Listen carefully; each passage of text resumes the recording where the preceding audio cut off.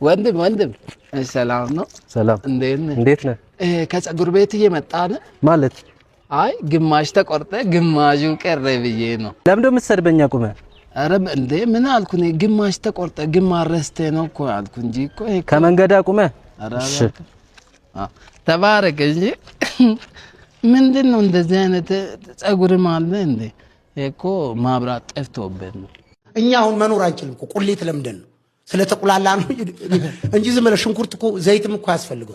ዘይቱን ለብቻ ድንቹን ለብቻ ቀቀለ በላ፣ ሽንኩርቱን ለብቻ ብትበላ፣ ጎመኑን ለብቻ ብትበላ፣ ባታቁላላው እኮ ዘይት አያስፈልግም።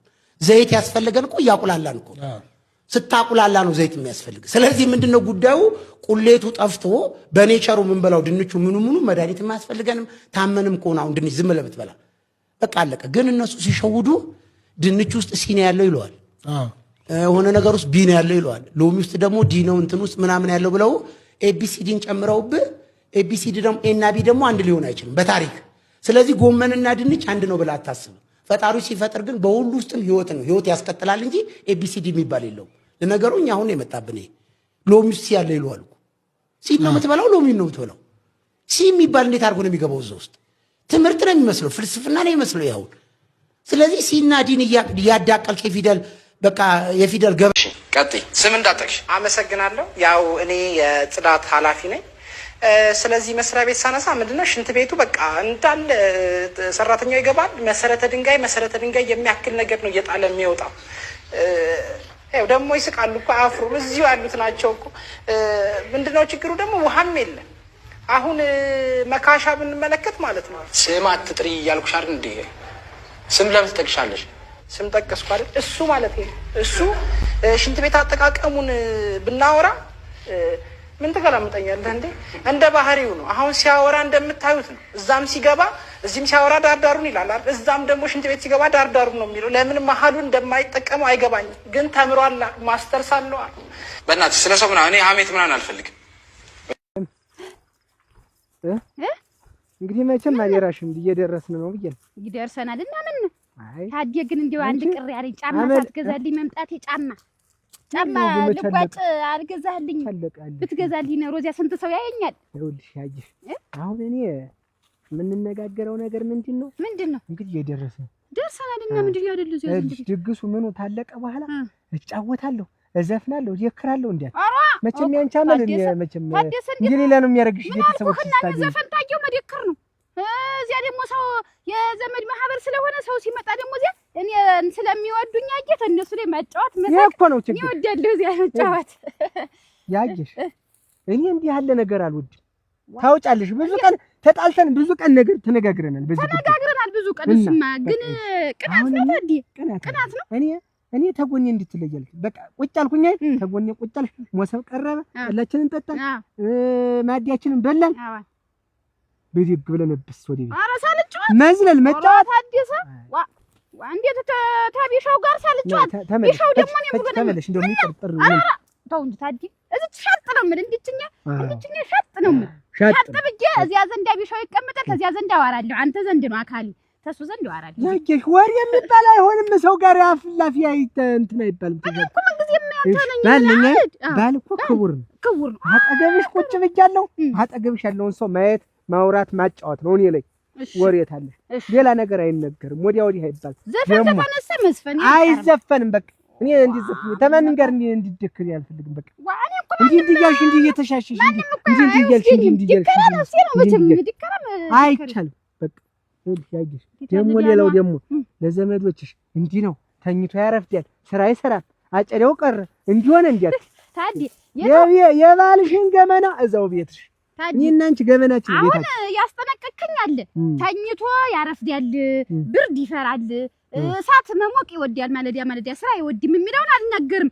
ለሊት ያንቀላፋል ይተኛል የሚለውን ስለናገር ኧረ ጓናውን እንደገና መሰደቢያው ነው እሱ ነው ጓና ንቁ ነው ሌት ተቀን ንቁ ነው ሌት ተቀን እርሻ ነው የሚባል ኧረ ሐሰት የትማያደርስ እኔ ደግሞ እውነተኛ ነው እውነት ነው የምናገር።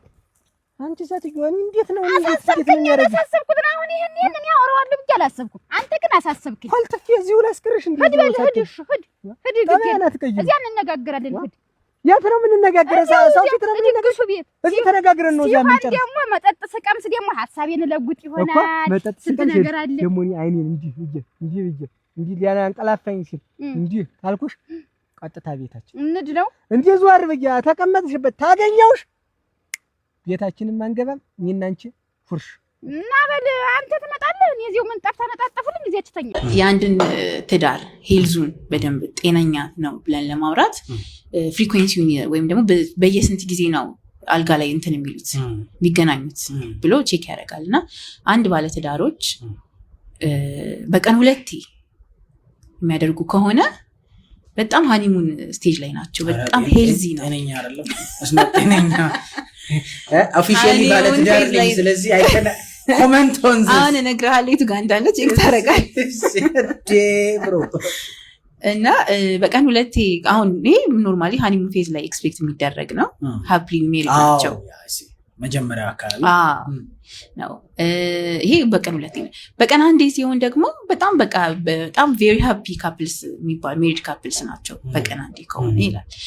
አንዳንድ ቀን እየዘለለ ከሆነ ደግሞ በቃ በደንብ ሃርሞናይዝ እያደረጉ እየተስማሙ የሚኖሩ ደስተኛ ባለትዳሮች ናቸው ይላል። በየተሳሰቡ ስለሆነ 1 ቀን እረፍት አለው መሀል ላይ ይላል። በሳምንት 1 ሲሆን ደግሞ በቃ ኖርማል ናቸው። ትንሽ ቢዚ ወደ መሆን ላይፍ ቢዚ እያደረጋቸው ነው እያደረጋቸው ነው።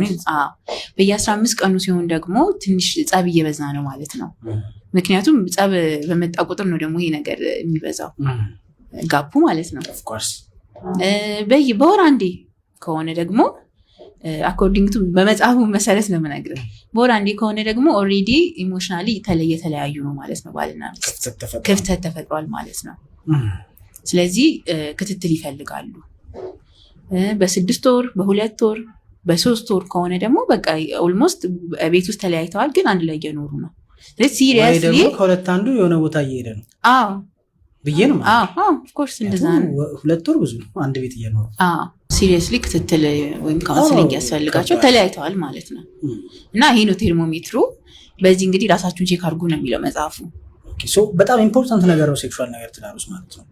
ትልቁን ቦታ ይዛል። እንደውም ከአንድ ሰው ጋር እያወራሁ ምን አለኝ፣ የትዳር ፍቺ ሪዝኖች ውስጥ ከ3ቱ የቤተሰብ ጣልቃ ገብነት፣ ፋይናንስ እና ሴክሹዋል ነገር ነው ቶፕ 3 የሚባሉት። ያስማማሻል? እስማማለሁ። አትበሰጫጩ። ቻይናን በደንብ ነው ማቃት። በሲሲፒ መርህ መሰረት አንድ ህፃን ልጅ አምቡላንስ ካልሆነ በስተቀር ማንም አይደርስልህም። ህይወትህ ቆንጆና መጥፎ አድርጋ ምትፈጥራት አንተው ራስህ ነህ። ጠንክረህ ከሰራ ጥሩ ህይወት ይኖርሃል። ሰነፍ ከሆንክ እንደገና ድሃ ትሆናለህ እየተባለ ማለት ነው። እዩ በራስ መተማመኑ 100% ላይ እንዲሆን እየተደረገ በትልቁ ደግሞ ቻይና አለችልህ እየተባለ ማለት ነው። ይሄ የሀገርና የቤተሰብ ቫልዩ እንዲያከብር እየተደረገ ያድጋል። ወራስኛ ጋር ስንመጣ ደግሞ አንድ ህፃን ልጅ ኃጢአተኛ ነህ፣ ወንጀለኛ ነህ፣ ተንበርከክ፣ ጸልይ፣ ስገድ፣ ለምን ካለምን ካይሰጥህም፣ እሱ ካልፈለገ አንተ ምንም ማምጣት አትችልም እየተባለ አንተ ምንም አቅም የለህም እየተባለ በራስ መተማመኑ እንዲጠፋ እየተደረገ እጁን የሰጠ ተገዥና ሳብሚሲቭ የሆነ ሰው ሆኖ እንዲያድግ እያደረግን እዩ። መስራት አይጠበቅብህም፣ አያስፈልግህም። ምክንያቱም ፈጣሪ የሚያመልኩትን ማለት ነው እሳት ይዞ መጥቶ ይጨፈጭፋቸዋል። ከዛ እስር ቤት አስገብቶ እድሜ ልካቸውን በሳት ያቃጥላቸዋል እየተባለ ማለት ነው። ሊትራሊ ሳብሚሲቭ እና ለዚች ምድር ሸክም የሆነ የሚመስለው ሚስኪን ሆኖ እንዲያድግ እናደርጋለን። ገባችሁ አይደል? ልዩነቱ ለማየት ደግሞ ቀጣዩ ህይወት ማየት አይጠበቅብንም። እዚሁ ያለው ልዩነት ማየት ይቻላል። ኢትዮጵያ የት ናት? ቻይና የት ነው ያለችው? ከተሳሳትኩ አርሙኝ። እኔ በተረፈ ኤቴስት አይደለሁም። እኔ ሃይማኖት አለኝ። ሃይማኖቴ ኢትዮጵያ ናት። በቃ ኢትዮጵያዊ ነኝ። ጨረስን እኮ። ግንኙነት ላይ አንተና ሚስት እኩል እንድትጨርሱ ኤክስፔክት አይደረግም። ይሄ የሚሆንበት ምክንያት ምንድነው? የሴክሹዋል ሪስፖንስ ሳይክል የወንድና የሴት ስለሚለያይ ነው። የወንድ ሊኒየር የምንለው ፍሎ ነው ያለው። የአንድ ወንድ ግንኙነት አሰበ፣ ከዛ ተነሳሽነት ኖረው፣ የብልት ዝግጁነት ኖረ፣ ኤክሳይትመንት ወይም የደስታ ሁኔታዎች ላይ ይሆናል። ከዛ የስሜት ጣሪያ፣ ከዛ እርካታ፣ ከዛ ደግሞ ሪዞሉሽን ፌዝ። ከእርካታ በኋላ ያለ ስሜት መቀዝቀዝ ወጥ በሆነ መንገድ ይቀጥላል። የሴቶች ግን እንደዛ አይደለም። አንዲት ሴት ግንኙነቱን ስትጀምረው ምንም የግንኙነት ፍላጎት ሳይኖራት ሊሆን ይችላል። ከዛ በመሀል ስሜቷ ሊመጣ ይችላል። ከዛ እንደገና ስሜት ማጣት ወይም ደግሞ የስሜት ከፍታ መኖር፣ አንዳንድ ጊዜ ደግሞ ሳይረኩም ግንኙነቱን የሚጨርሱ ሴቶች ይኖራሉ። እና የሴቶች የሴክሹዋል ሪስፖንስ ሳይክል ውስብስብ እና ሰርኩላር የምንለው ነው። እንደ ወንዶች ቀጥ ያለ ወይም ሂደቱን ጠብቆ የሚሄድ አይደለም። እዚህ ይህንን ማወቅ የግንኙነት ህይወት ላይ ያላችሁን አመለካከት ያቀልላል። 170 ሺህ ብር አንድ ሰው ቀብራለሁ። አልገባኝም። 170 ሺህ ብር ብታስከፍል ጉድጓዱን አንተ ቆፍሬ አመቻችተህ ሳጥን አንተ አዘጋጅቼ ጉድጓድ አዘጋጅላለሁ። አንተ የሚጠበቅብህ መሞት ብቻ ነው። በጌታስ ኧረ በህይወት እኖራለሁ አትወሰኝ። ምን ነው ቆይ ትኖራለህ እኮ አትሞትም። 170 ሺህ አንተ ራስህ ትሞታለህ አይደል? አደገኛ አካሄድ፣ አደገኛ ዘረፋ ነው እኮ አይደለም። ያ 500 ሺህ 200 ሺህ ፉካ ገባ እያልክ አንተ ያመጣው ዋጋ ምንድን ነው? ፌር ነው የኔ 170 ሺህ ብር መክፈል። አንድ 170 ሺህ ብር አለው እንኳን ሞቶ በህይወቱ አለው። ከወዲሁኑ የሞት ቆጠባ ያስቆጥባለሁ። የሞት ቆጠባ ሂሳብ ደግሞ ለዚህ ደብተር ተከፍቶ ትቆጥባለህ። ስትሞት የምትቀበርበትን ከወዲሁ መቆጠብ አለብህ። ዝም ብለህ መብላት አይደለም። ስትሞትስ ማን ነው የሚቀብርህ?